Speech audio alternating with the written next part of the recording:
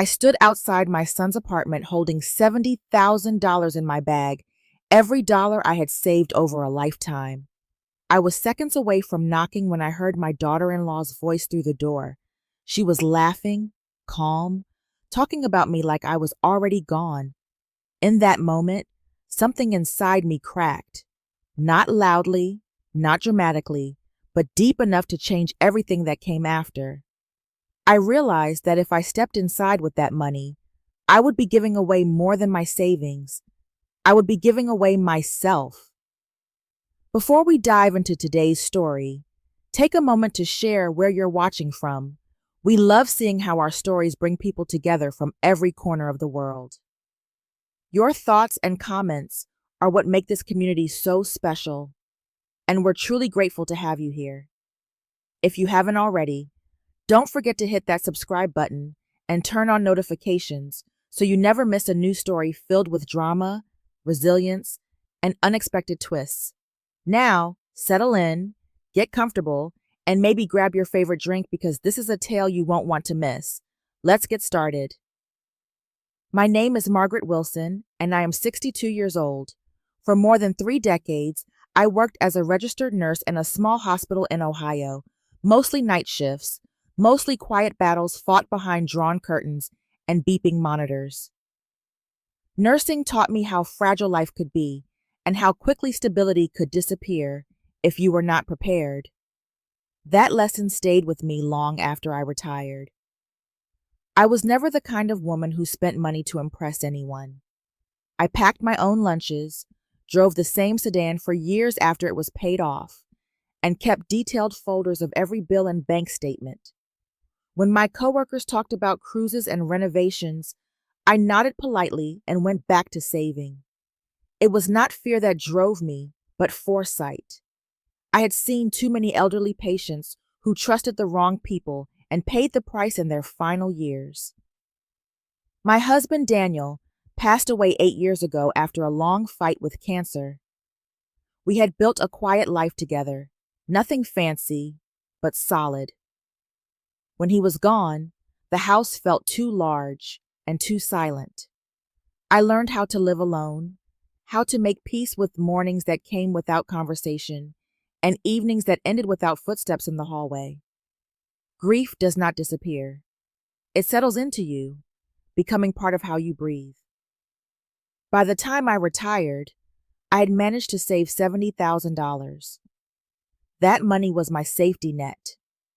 It was meant for medical expenses, unexpected emergencies, and the dignity of choice if my health ever failed me. It was not excess money, and it was not something I took lightly. It was the sum of years of restraint, patience, and discipline. My son, Ethan, is my only child. I raised him largely on my own after Daniel became ill, and I took pride in watching him grow into a capable, intelligent man. He moved to Denver, Colorado after college and built a career in the technology field. We spoke regularly, though our conversations grew shorter over the years. Distance does that. So does adulthood. Ethan married Lily 2 years ago. She works as a real estate agent, sharp and confident, always speaking with energy. When I first met her, I found her charming in a practiced way. She was polite, attentive, and quick to offer compliments. When they told me she was pregnant, I felt the cautious excitement that comes with age. I was happy for them, but I also knew how much responsibility a child carried. One afternoon, Ethan called me with news that sounded hopeful and strained at the same time. They had found a house they loved. A good neighborhood, close to work, room to grow. But the market was competitive and interest rates were climbing. They were short on the down payment. When he said the amount, I felt my chest tighten.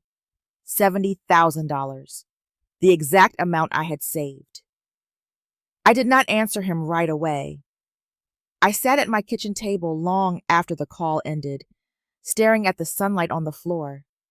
That money was my future, but Ethan was my son. I told myself this was what savings were for, that family came before comfort. After a sleepless night, I made my decision. The next week, I went to the bank and withdrew the entire amount. Signing those papers felt heavier than I expected. I folded the documents carefully, placed the money in my bag, and told myself I was doing the right thing. I booked a ticket on the Amtrak train to Denver, planning to surprise them. I imagined Ethan's relief, Lily's gratitude, the sense that I was still needed. As the train pulled away from the station, I watched my hometown disappear and wondered, briefly, why my hands would not stop shaking. If you're still watching and starting to sense that something feels off beneath the surface, comment number 1 below to let me know you're with me. What comes next is the moment where quiet trust begins to crack. Now let's move on to chapter 2. The train ride into Denver took most of the day, long enough for hope to build its own quiet rhythm inside me. I watched the landscape change through the window, the flat fields giving way to sharper lines and taller structures.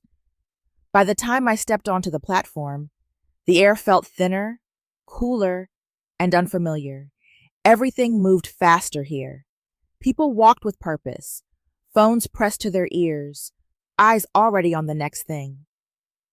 I took a taxi to Ethan and Lily's apartment, a modern complex tucked between newer office buildings.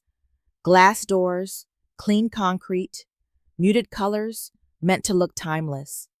It was nice, but it felt temporary, like a place people passed through on their way to something bigger. I told myself that was exactly why they needed the house, why my sacrifice mattered. As I rode the elevator up, I imagined Ethan's face when he saw me standing there with the answer to all their stress. I imagined Lily's relief, her gratitude, the way this money might finally settle them. I adjusted the strap of my bag on my shoulder, feeling the weight of it pull slightly against my side. The hallway was quiet, carpeted in soft gray, the kind that swallowed footsteps. I found their door at the far end, the number still unfamiliar to me. I stood there for a moment, breathing in, steadying myself, my hand lifted, ready to knock. That was when I heard Lily's voice. It came from inside the apartment, clear enough through the thin door that I could make out every word without trying. I froze, my knuckles hovering inches from the wood.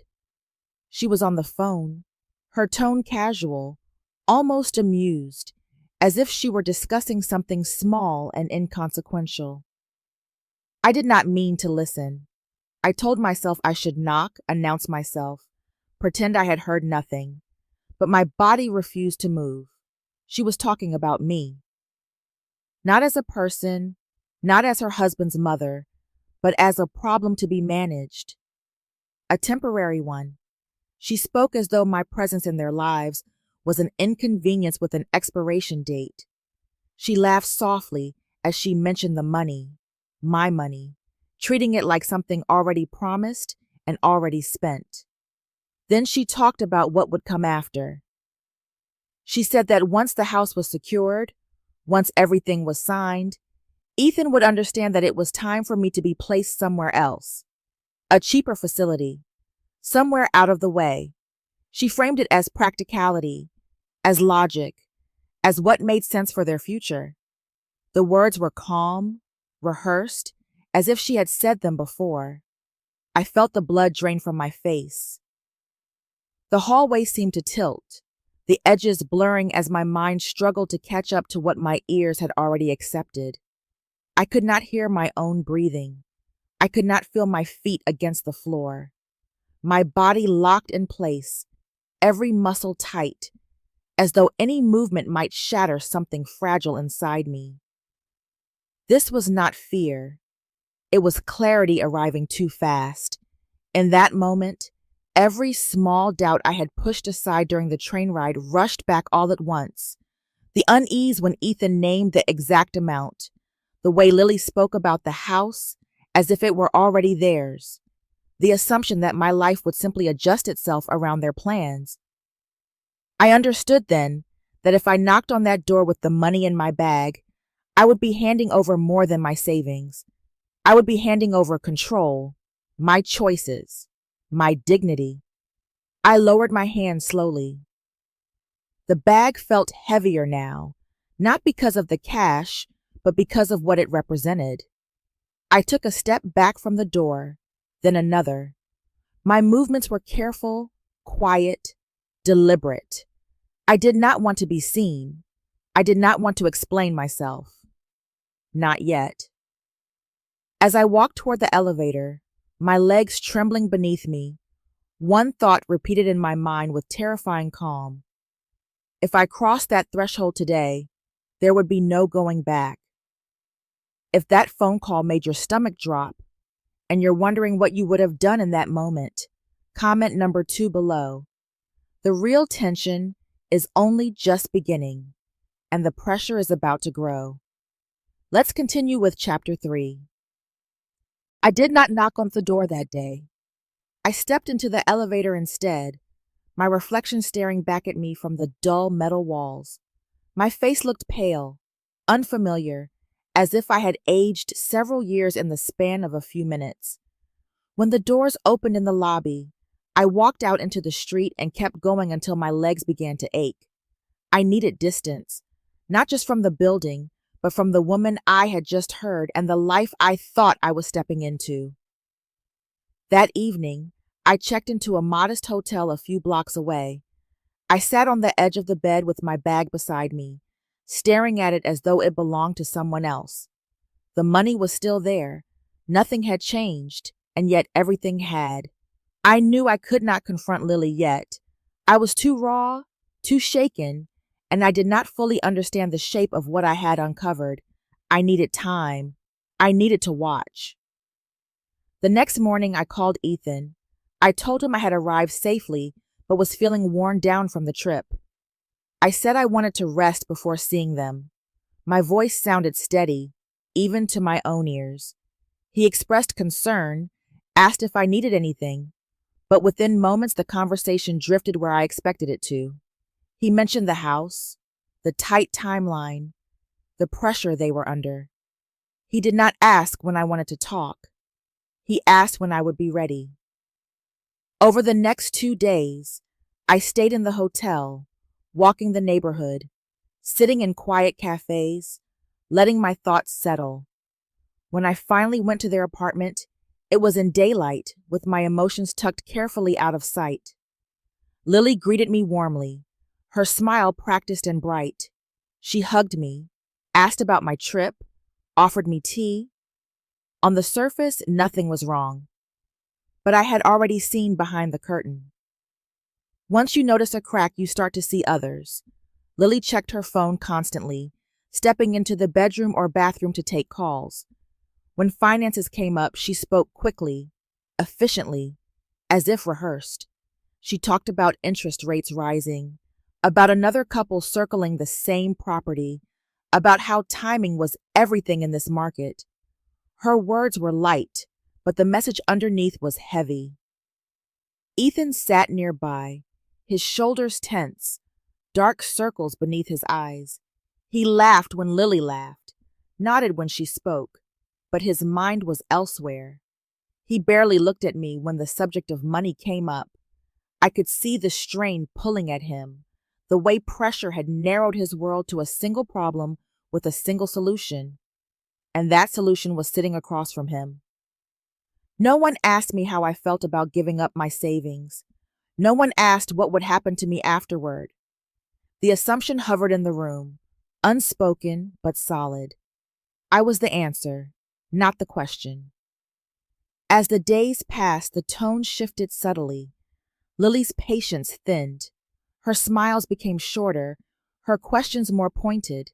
Ethan began to call more frequently, his voice tight, always circling back to the same topic. I was careful in my responses, vague but calm, buying myself time without revealing my hesitation. Inside, I felt increasingly alone. I was surrounded by people, yet unseen. They spoke about their future as if I were a bridge they needed to cross, not a person with a future of my own. The realization settled heavily in my chest. One evening, as I walked back to my hotel, the city lights flickering on around me, I understood that something fundamental had shifted. This was no longer about helping my son. It was about whether I would allow myself to disappear quietly once my usefulness had been spent. That was the first crack beneath the surface, and I knew with a certainty that frightened me that it would not be the last. If you can feel how subtle pressure turns into something heavier, comment number 3 to let me know you're still here. What happens next will test how far kindness can be pushed before it breaks. Now, let's move on to chapter 4. After the first crack appeared, nothing felt the same. I still visited Ethan and Lily, still sat at their small dining table and listened to the same conversations, but my posture had changed. I was no longer leaning forward, eager to reassure them. I found myself sitting back, hands folded, measuring words that once would have flowed freely. Trust, once loosened, does not return quietly. Ethan began calling more often. At first, the calls sounded like concern. He asked if I was sleeping well, if the altitude was bothering me, if I needed anything. But the pattern never failed. Within minutes, his voice would tighten and drift back to the house. He talked about deadlines, about offers expiring, about how work had become unbearable. I could hear the strain in him, the way stress had narrowed his thinking. Still, he never asked how it felt for me to give up everything I had saved. I tried gently to steer our conversations somewhere else. I mentioned the years after his father became ill, how I learned to stretch a paycheck, how I worked double shifts so Ethan could finish school without debt. I was not asking for praise. I only wanted him to remember that I was not an endless resource. He listened, or seemed to, but his responses were shallow, distracted. Within moments, we were back to interest rates and closing dates. It was not cruelty. That almost made it worse. Ethan was not trying to hurt me. He simply did not see me clearly anymore. I had become part of the background, like furniture you assume will always be there. Lily changed more noticeably. Her warmth thinned. She sighed more often, checked her phone less discreetly, and asked fewer questions about my health. When she spoke about the house, her tone sharpened, efficiency replacing charm. She framed everything as logic, as necessity, as what any reasonable person would do for family. The word family appeared often, pressed into service like a tool. There were no direct demands, no raised voices. That was how the pressure worked. It settled into the room, heavy and constant, until it felt impossible to breathe without addressing it. Every conversation carried the same unspoken conclusion. If I cared, I would comply. If I hesitated, I was the obstacle. At night, alone in my hotel room, doubt crept in. I replayed conversations, searching for places where I might have misunderstood, where I might have been unfair. I asked myself whether I was being selfish, whether holding on to my savings was a failure of love. These questions kept me awake far longer than the city noise outside. But another thought followed, steadier and harder to ignore. Help offered freely feels different from help pulled out of you piece by piece. When generosity turns into expectation, something essential is lost. I could feel it slipping away, the respect that should have accompanied sacrifice. Even when we sat together, eating dinner, I felt separate from them. They spoke about plans that did not include me, futures that assumed my quiet compliance. I was present, yet oddly absent, like a placeholder they no longer needed to acknowledge. One afternoon, as Lily outlined yet another scenario in which delay would cost them dearly, I felt a line forming inside me. It was not anger, it was clarity. If I continued to stay silent, the pressure would only increase. The kindness would fade completely, replaced by resentment. And when the money was gone, so would my place. I realized then that I was being pushed toward a choice I had not made, and I understood, with a calm that surprised me, that stepping back now was the only way to keep what little ground I still had. If you've ever felt guilt used as leverage, and you're wondering how much more she can endure, comment number 4 below. The next chapter is where everything finally comes into the open. Let's continue to chapter 5. By the time the truth surfaced, I was no longer surprised.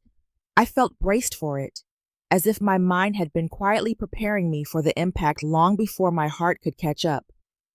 The pressure had been building for days, wrapping itself around every interaction until there was no room left to pretend we were still speaking the same language.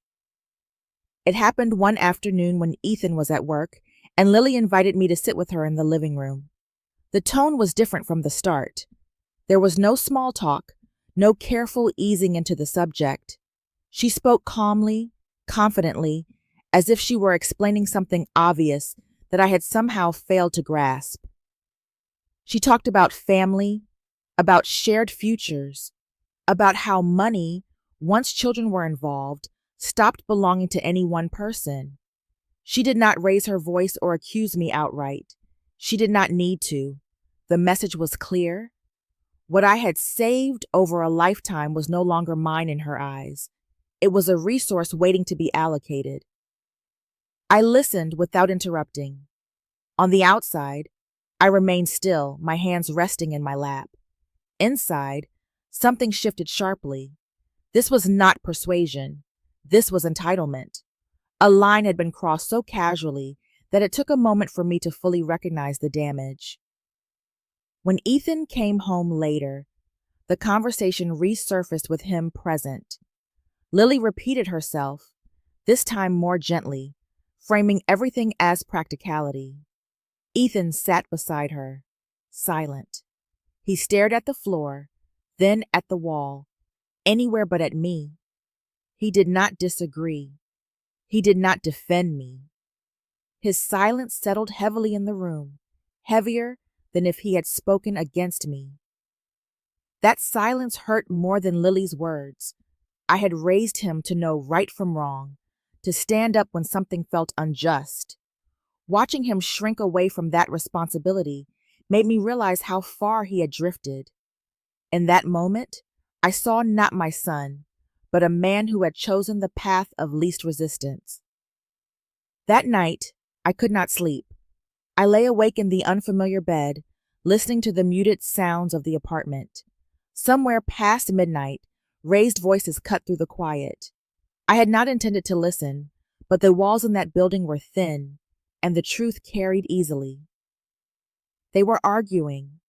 Lily's voice was sharp, controlled, stripped of the pleasant tone she wore during the day.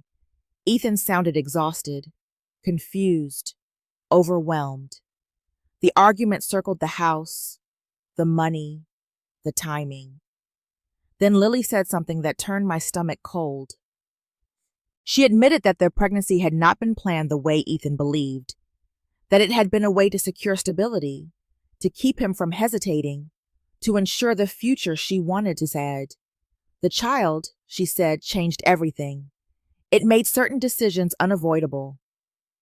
I sat up in bed, my heart pounding, every trace of doubt evaporating.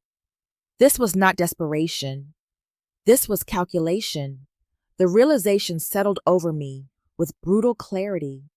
I had not misunderstood anything. I had simply hoped I was wrong. In the quiet that followed their argument, I felt something inside me harden. The grief was still there, but it no longer blurred my thinking. What remained was a cold, steady understanding. The family I thought I was protecting no longer existed in the way I remembered. Sacrificing myself would not save it. It would only erase me. I understood then that there was no compromise left to make, no gentle way to smooth this over. Any step backward now would cost me my independence, my dignity, and eventually my safety. The choice was no longer about money. It was about whether I would allow myself to be dismantled piece by piece in the name of peace. As the night stretched on, one thought anchored me in place. This was the moment everything came into the open, and nothing, no matter how painful, could be unseen again. The morning after that night felt strangely quiet, not peaceful, but still like the air after a storm has passed and taken everything loud with it. I woke before sunrise, fully alert, my thoughts clear in a way they had not been for days. The confusion was gone. So was the hope that this could be smoothed over with patience or sacrifice. What remained was a steady, sober understanding of what was at stake. I did not confront Ethan or Lily. I did not ask questions or demand explanations. I understood finally that emotions were no longer useful here. Anger would only weaken my position. Tears would invite manipulation. Silence, chosen deliberately, felt like the only way to hold on to myself. As I sat by the window with a cup of coffee, I thought about my life before this moment. 35 years in nursing had taught me to recognize risk early. I had watched patients sign documents they did not understand, trust relatives who smiled too easily, and lose control of their lives one decision at a time. I had promised myself I would never be one of them. Somewhere along the way, I had almost broken that promise. This was not just about losing money. It was about losing the ability to decide where I lived, how I was cared for, and what happened to me if my health failed. Once money leaves your hands without protection, it rarely comes back with respect. I could see the path clearly now. If I gave in, my usefulness would eventually end, and when it did, so would their concern. That was when I remembered David Collins, an attorney I had known years earlier. He was older, methodical, and known for his blunt honesty. I had helped care for his wife during her final illness. He owed me nothing, but I trusted his judgment. That morning, I called his office and asked for an appointment. Sitting across from him later that day felt grounding. His office was quiet, orderly, and free of drama.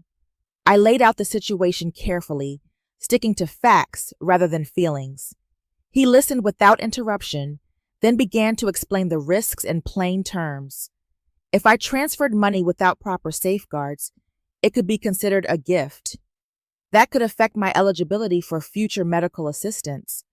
If I tied my finances to my son's household, I could lose leverage entirely.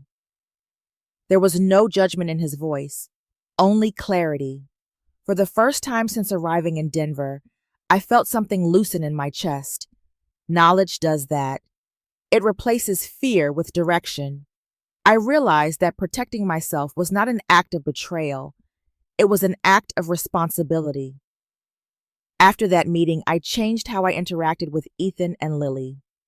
I answered calls politely but briefly. I avoided discussions about timelines and closing dates.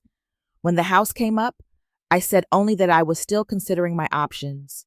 Each boundary I set felt awkward at first, like learning to walk differently after an injury. But with each step, I felt steadier. What surprised me most was the absence of guilt. I had expected it to weigh heavily, the way it always had when I put myself first. Instead, there was a quiet relief. I was no longer betraying myself to maintain peace. That night, as I returned to my hotel, I felt certain of one thing. I would not move forward unless my future was secure. I would not apologize for that. For the first time in my life, choosing myself did not feel selfish. It felt necessary. If you're still watching and you can feel the shift from pain to resolve, comment number 6 below. The consequences of this choice are about to unfold, and there's no turning back now.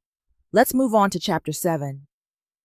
Once I made the decision to protect myself, I knew it would not end quietly.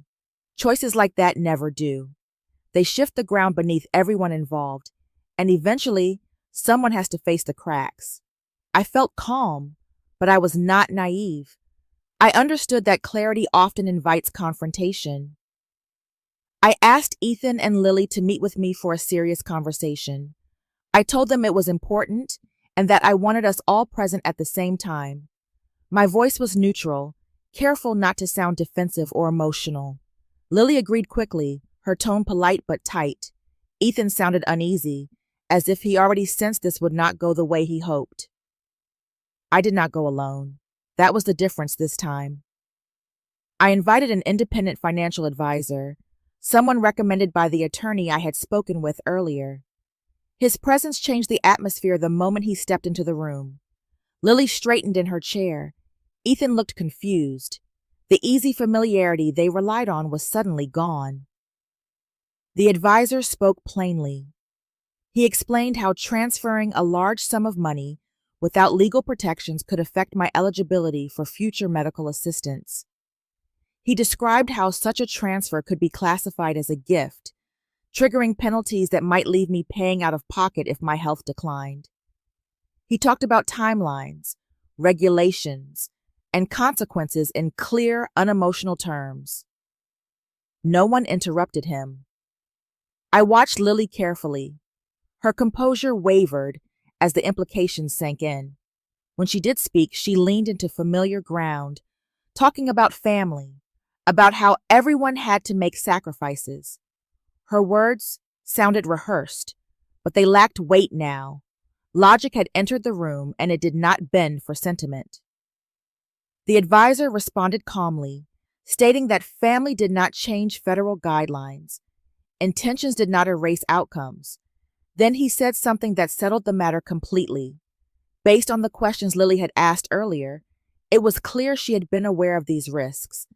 She had known what transferring the money could cost me and had chosen not to say anything. The silence that followed was heavy. Ethan looked at her as if he were seeing her for the first time. His face drained of color. He asked if it was true, his voice low and uncertain. Lily did not answer immediately. When she did, it was defensive, clipped, dismissive. She said she assumed it would work out, that they would figure it out later. I felt no anger in that moment, only confirmation. This was not a misunderstanding. It was a calculated omission. Ethan sat back, running a hand through his hair, shame etched into his posture. I could see the realization spreading through him, the understanding that his silence, his avoidance, had allowed this to happen. He did not apologize. He did not need to. The weight of it was already on him. I spoke then, quietly and clearly. I said I would not be transferring the money. Not now, not under these conditions.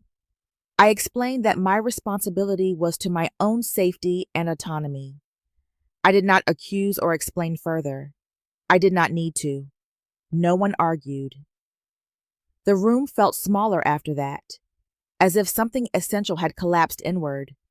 The idea of family we had been clinging to dissolved without noise. There were no raised voices, no dramatic exits, just the unmistakable sense that something had ended. As I stood to leave, I understood what this moment meant. There would be no return to how things were before. Even if forgiveness came one day, the shape of our relationship had changed permanently. I walked out steady and unshaken. The consequences were finally in the open, and for the first time, they were not mine alone to bear. After the meeting ended, I walked back to my hotel alone. The city felt louder than before, as if it were trying to pull me back into its rhythm, but something inside me had gone quiet. The confrontation was over. There were no more arguments to prepare for, no more explanations to rehearse. What remained was a hollow space where obligation used to live, and, unexpectedly, a sense of relief. I realized then that staying in Denver would only stretch that hollow space into something painful. Every street reminded me of why I had come. Every hour invited another call, another attempt to circle back to what had already been decided. I booked my departure for the next morning. I did not announce it. I did not ask permission. I packed my bag with deliberate calm and slept better than I had in weeks. Before leaving, I went to the bank. This time, the paperwork felt different in my hands. I transferred the $70,000 into a protected retirement account, one designed to preserve my eligibility for medical assistance and to keep decision-making firmly in my control. When I signed my name, there was no tremor. I was not handing my future away. I was claiming it. I reduced contact with Ethan and Lily immediately. When Ethan called, I answered politely but briefly. I listened without engaging, responded without opening doors. I avoided discussions about houses, loans, or timelines. If the conversation drifted in that direction, I redirected it or ended the call.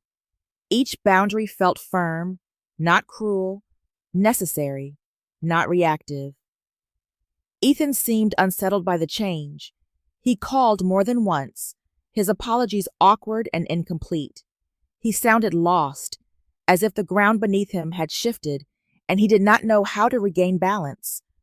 Lily, on the other hand, grew distant. Her messages stopped altogether. The silence spoke clearly enough. Without leverage, there was nothing left to say. I did not return to Ohio right away.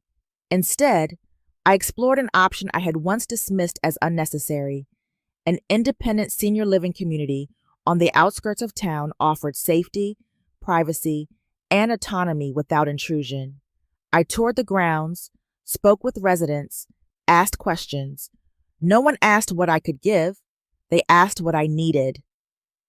Moving in was simpler than I expected. My apartment was modest but bright, with wide windows and a small balcony. The routines were predictable. Meals at set times, quiet hallways, neighbors who nodded in recognition rather than expectation. For the first time in a long while, I did not feel watched or weighed. The adjustment was not instant. There were moments of sadness, especially in the evenings when I thought about how different everything had turned out. I had imagined a future where I was included, welcomed, valued. Letting go of that image hurt, but the pain did not deepen. It softened. What replaced it was something steadier. I slept without anxiety. I woke without bracing myself for the next request. I read, walked, and spoke with people who treated me as an individual, not an extension of their plans. Respect, I learned, feels quiet. It does not demand sacrifice. Stepping away was not surrender. It was recognition. I had reached the point where protecting myself mattered more than preserving appearances. As I settled into this new rhythm, I understood that peace did not come from fixing what was broken. Sometimes it came from leaving it behind. If you're still here and curious how all of this finally settles, comment number 8 below. The ending isn't loud or dramatic, but it's honest, and it stays with you.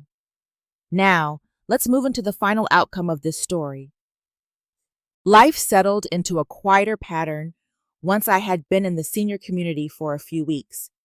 The days were predictable in a way that felt grounding rather than dull. Mornings began with light through the windows, afternoons with slow walks and small conversations, evenings with silence that no longer felt threatening. Stability returned, not dramatically, but steadily. News from Denver reached me indirectly. I did not ask for updates, but they found their way to me through brief comments or pauses in conversation. Lily lost the house. The deal fell through after deadlines passed and financing unraveled. In her line of work, failure traveled fast. Clients became cautious. Opportunities slipped away. The confidence she once carried so easily no longer seemed to protect her. I did not feel satisfaction in this, only a distant acknowledgement that choices carry consequences, whether we accept them or not. Ethan's life changed more quietly. He called less often, and when he did, his voice lacked the certainty it once had. He spoke about work, about being tired, about things that did not matter very much. The apologies came in fragments, never fully formed. I sensed his guilt, his confusion, his struggle to reconcile loyalty with responsibility. We no longer spoke as mother and son who shared everything. We spoke as two adults navigating the space left by disappointment. Our conversations became shorter, careful. There were no arguments, but there was no warmth either. I could feel him holding back, unsure of what version of himself I would accept now. I did not correct him. I did not reassure him. Some realizations must be carried alone. I thought often about how I had imagined this chapter of my life. I had pictured visits, shared holidays, a sense of belonging earned through years of sacrifice. That image dissolved somewhere between a train platform and a closed apartment door. Accepting that loss hurt more than any argument ever could. It required letting go not only of what was taken, but of what I had hoped for. I did not feel victorious. There was no sense of having won anything. I had simply avoided losing myself. The peace I found came with a cost, and I paid it knowingly. Solitude chosen freely felt different from isolation imposed by circumstance. One was quiet, the other was cruel. Over time, the sharp edges softened. I stopped replaying conversations in my head. I stopped wondering what I could have said differently. The need to justify my decision faded. I did not owe anyone an explanation anymore. I learned that endings do not always arrive with clarity or closure. Sometimes they arrive as a slow understanding that things will not return to what they were. Accepting that truth became its own form of relief. As I sat on the balcony one evening, watching the sun lower behind the trees, I felt no bitterness, only a calm acceptance of the shape my life had taken. This was not the future I had planned, but it was one I could live with. And that, I realized, was enough. With everything settled, my days now move at a gentler pace.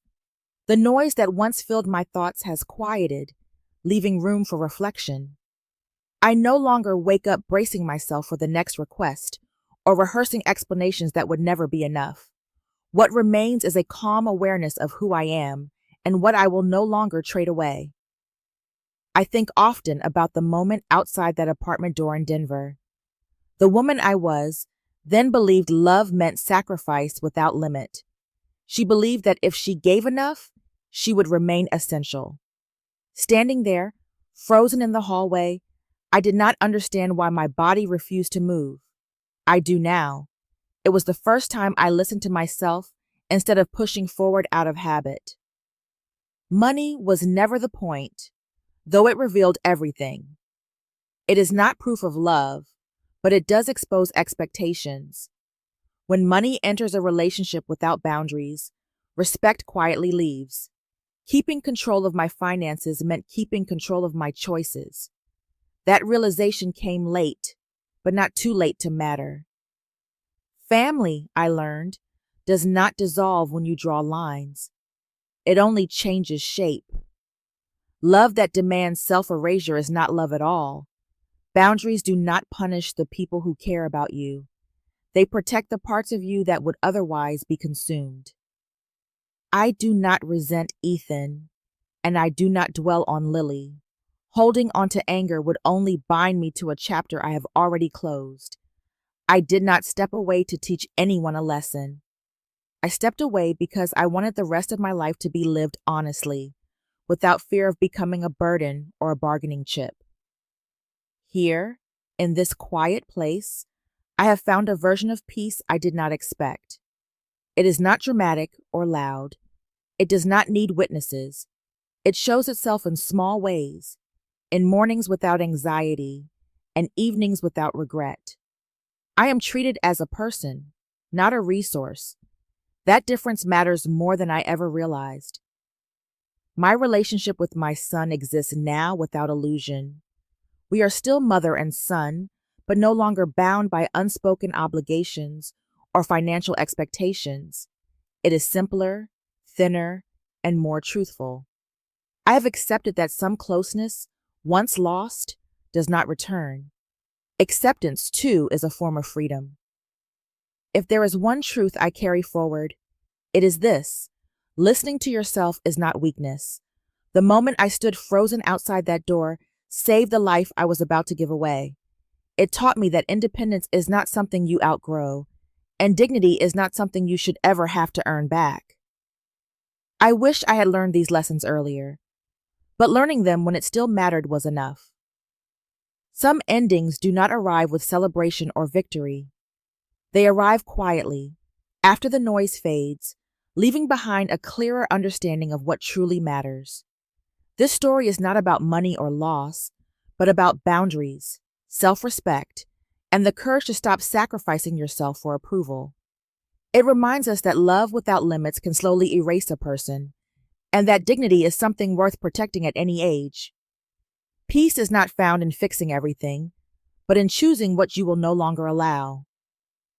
If this story resonated with you, thank you for staying until the end. We would love to hear your thoughts, experiences, or reflections in the comments below. Your voice matters here.